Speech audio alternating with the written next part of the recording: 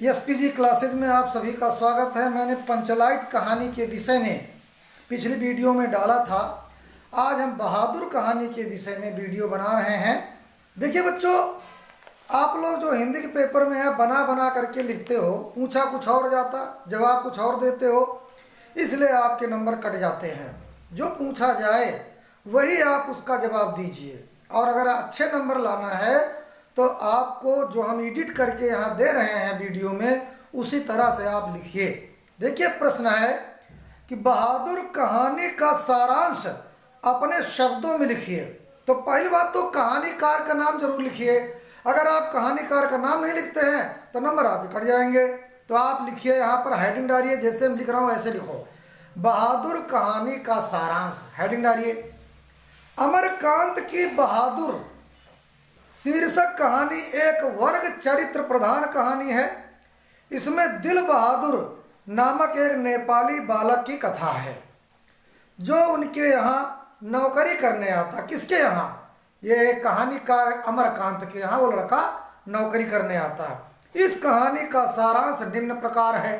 अब आगे लिखिए, लेखक को यानी अमरकांत को यानी कहानीकार को, लेखक को एक नौकर की बहुत आवश्यकता थी। उसके अनेक नाते रिश्तेदारों तथा परिचित लोगों के यहाँ नौकर थे, इसलिए उनकी पत्नी भी एक नौकर रखना चाहती थी।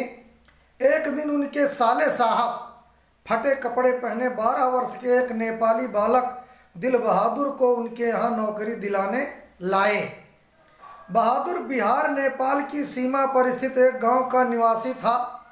उसका पिता फौज में था और युद्ध में मारा गया था। उसकी माँ ही सारे परिवार का पालन पोषण कर रही थी। बहादुर काम में उसकी सहायता नहीं करता था, यानी अपनी माँ के काम में सहायता नहीं करता था, इसलिए माँ उसे बहुत मारती थी। एक दिन माँ की प्रिय भैंस को मारने पर माँ ने गुस्से से भरकर बहादुर को बुरी तरह से पीटा तो वह दूसरे दिन घर से भाग खड़ा हुआ। बहादुर की माँ अपनी भैंस से बहुत प्यार करती थी, लेकिन बहादुर ने भैंस को मारा था, इसलिए माँ को जो है गुस्सा आ गया बहादुर के ऊपर। इसके बाद कहानीकार की पत्नी यानी अमरकांत की पत्नी निर्मला के भाई के द्वारा नौकरी के लिए लेखक के यहाँ लाया गया। बहादुर उनके यहाँ पूरी लगन से काम करने लगा। वह घर को साफ रखता, बर्तन मांजता और कपड़े धोता और ऊपर के छोटे मोटे काम करता। रात होने पर अपने बिस्तर पर बैठकर अपने जेबों में भरी गोलियां, ताश की गड्डी, सुंदर पत्थर के टुकड़े इत्यादि निकाल कर बिस्तर पर रख लेता। इस तरह से आपको लिखना पड़ेगा। अपनी टोपी पहनता और शीशे में अपना मुंह देखता, फिर सब सामान रखकर सो जाता। वो बड़ा हंसमुख और विनम्र स्वभाव का बालक था। अकेले में बैठकर सदैव पहाड़ी गीत गुनगुनाया करता। घर के सब लोग उससे बहुत खुश रहते थे। निर्मला का बड़ा लड़का किशोर क्रूर स्वभाव का था। एक दिन बहादुर उसकी साइकिल साफ करना भूल गया, है ना। किशोर ने इस वजह से बहादुर को गाली दी और मारा भी। किशोर के पिता ने भी बहादुर को समझाया कि वो ध्यान लगाकर काम किया करे। बहादुर प्रसन्न मन से फिर काम करने लगा, लेकिन उसके बाद किशोर प्रायः उसे पीटने लगा क्योंकि उसकी आदत बन गई थी। एक दिन पड़ोसिन द्वारा कान भरे जाने पर निर्मला ने बहादुर से कहा कि वो अपना खाना स्वयं बनाया करे। शाम को घर का खाना बनाने के बाद बहादुर से कहा गया कि वो अपने लिए रोटी सेक ले।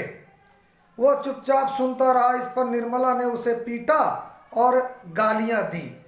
वह रोता हुआ भूखा ही सो गया। दूसरे दिन से वो अपने लिए रोटियां सेकने लगा, लेकिन अब आए दिन किशोर और निर्मला दोनों ही उसे मारने पीटने लगे। एक दिन निर्मला के घर आए मेहमान की पत्नी ने बहादुर पर यह आरोप लगा दिया कि बहादुर ने उसके 11 रुपये चुरा लिए हैं। बहादुर ने कहा कि उसने नहीं चुराए हैं। मेहमान ने उसे पुलिस को सौंप देने की धमकी दी। निर्मला के पति ने उसे पीटा, यानी लेखक ने, अमरकांत ने। बहादुर को इससे गहरा आघात पहुंचा। अब तक मालिक ने उसे कभी नहीं पीटा था। उस दिन से वह उदास रहने लगा। एक दिन केवल अपने पुराने फटे कपड़े पहनकर सारा सामान वहीं छोड़कर चुपचाप घर से चला गया। बाद में निर्मला ने पति को बताया कि बहादुर ने रुपए नहीं चुराए थे, वह महिला झूठ बोली थी। बहादुर के चले जाने से घर के सब लोग बड़े दुखी थे और उसके प्रति अपने कठोर व्यवहार के लिए पश्चाताप कर रहे थे, क्योंकि बहादुर भाग गया था। उन सबके पश्चाताप और दुख व्यक्त करने का एक प्रमुख कारण था कि अब बहादुर जैसा रात दिन घर के काम में लगा रहने वाला नौकर मिलना अत्यंत कठिन था, जिसे उन लोगों ने अपने हृदयहीन व्यवहार द्वारा घर छोड़ने के लिए मजबूर कर दिया। ये आपका कहानी का सारांश हुआ। इस तरह आप लोग लिखना। अब एक अगला क्वेश्चन और पूछा जा सकता है कि प्रश्न, बहादुर कहानी की भाषा शैली पर प्रकाश डालिए। देखिए, अमरकांत की भाषा शैली पर आपको प्रकाश डालना है और यहाँ पर कहानीकार का नाम फिर आपको लिखना है। अगर आप कहानीकार का नाम नहीं लिखोगे तो आपके नंबर कट जाएंगे। तो लिखिए, प्रस्तुत कहानी बहादुर अमरकांत द्वारा लिखित बहादुर कहानी की भाषा शैली सादगी से परिपूर्ण है। ऐसे लिखना आप लोग। भाषा शैली अत्यंत सहज और सरल है। इस कहानी में यद्यप कलापूर्ण एवं आलंकारिक भाषा का प्रयोग नहीं है, लेकिन उसमें प्रवाह सर्वत्र है। प्रवाह माने धारा प्रवाह। भाषा और शैली में सामाजिक विषमताओं को चित्रित करने की अद्भुत क्षमता है। कहानी वातावरण सृजन की दृष्टि से महत्वपूर्ण है। पात्रों के चरित्र चित्रण के अनुकूल परिस्थितियां और उसी के अनुरूप भाषा शैली दृष्टिगोचर होती है। भाषा बोलचाल की प्रचलित व्यवहारिक और सहज है। लोकोक्तियों और मुहावरों का प्रयोग है। लोक प्रचलित शब्दावली प्रयोग द्वारा यह कहानी अधिक प्रभावशाली हो गई है। अंग्रेजी उर्दू के शब्द प्रयोग द्वारा उसमें प्रभाव और प्रवाह दोनों की ही वृद्धि हुई है। मुहावरों के प्रयोग यथा 9-2-11 होना, मन फटना, माथा ठनकना आदि द्रष्टव्य हैं। संपूर्ण रूप में कहा जाए तो बहादुर कहानी की भाषा पात्रों के अनुरूप ही है और वातावरण सृजन में सहायक है। उसमें सहजता, वास्तविकता है। पाठक को आकर्षित करने की क्षमता के साथ वह सरल एवं सहज है। बहादुर कहानी की शैली सहज एवं स्वाभाविक है। यथार्थवादी यानी सच्चाई दृष्टिकोण को लेकर लेखक अपनी बात कहने में सफल हुआ है। शैली में काव्यात्मकता के साथ व्यंग्यात्मकता की प्रधानता है। इसकी प्रधान शैली आत्मपरक है।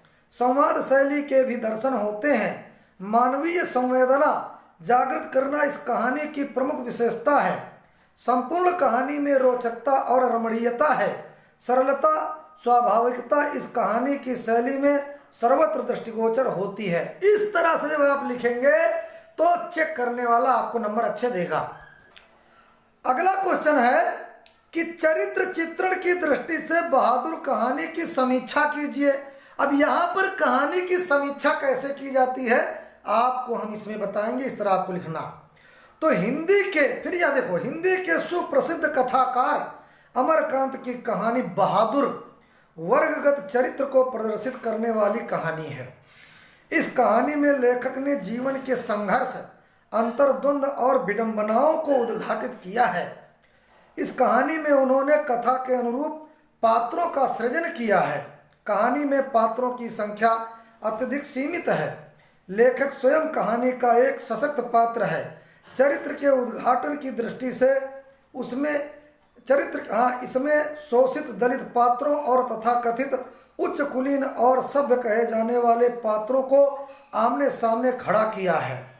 लेखक मालकिन निर्मला और उसका पुत्र किशोर संपन्न वर्ग के प्रतिनिधि हैं और घरेलू नौकर बहादुर दलित शोषित पीड़ित वर्ग का प्रतिनिधि है। दोनों वर्ग यानी उच्च वर्ग भी दिखाया गया और दलित वर्ग भी दिखाया गया। उच्च वर्ग में निर्मला और अमरकांत और किशोर हैं और दलित वर्ग में खुद जो है बहादुर है।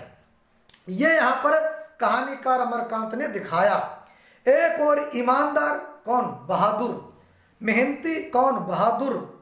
नौकर बहादुर है, तो दूसरी ओर दलितों के प्रति कोरी सहानुभूति रखने वाला लेखक तथा ईमानदार को भी बेईमान समझने वाली मालकिन निर्मला और उसका उदंड लड़का किशोर है। कहानी का मुख्य पात्र बहादुर स्वाभिमानी भी है। वह निर्मला और किशोर, जिन्हें लोग सभ्य मानते हैं कि भद्दी गालियां खाकर भी चुपचाप घर के काम करता है, दूसरी ओर इस घर की मालकिन और उसके लड़के का घमंड और अत्याचारी स्वभाव है जो उसे सदैव पीड़ित करता है। लेखक ने दोनों ही वर्गों के पात्रों का मनोवैज्ञानिक आधार पर चित्रण किया है। स्त्रियों की प्रदर्शन की भावना और नौकरी पर रोब रखने के स्वभाव को भी दिखाया है ना। जैसे निर्मला घमंड था कि हम जो है स्त्री हैं, है ना, हम उच्च वर्ग के हैं, और अमरकांत जो खुद लेखक हैं उन्होंने खुद जो है अपने जो है ईगो को दिखाया है। बहादुर 12-13 वर्ष का बालक है, पिट कर भी वो घर के कार्य करता है, लेकिन चोरी का झूठा आरोप मालकिन और उसके पुत्र द्वारा लगाए जाने पर जब मालिक, जिस पर उस बालक को बड़ा विश्वास है ना, उसे पीट देता है, तब उसका स्वाभिमान आहत हो जाता है।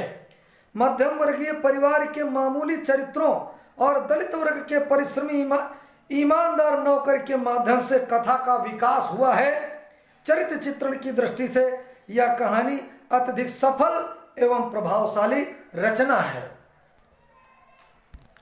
देखिए बच्चों, आप लोग केवल उम्मीद रखते हो कि हमें नंबर अच्छे मिले, फुल नंबर मिले, हमारे जो है अच्छे। अरे बेटा, अच्छे नंबर लाने के लिए पहले प्रश्न को समझो कि वो हमें क्या पूछ रहा है और हम उसका जवाब क्या दे रहे हैं। हिंदी आप लोगों के रिजल्ट को बढ़ा भी सकती है, परसेंटेज को बढ़ा भी सकता और परसेंटेज को घटा सकता।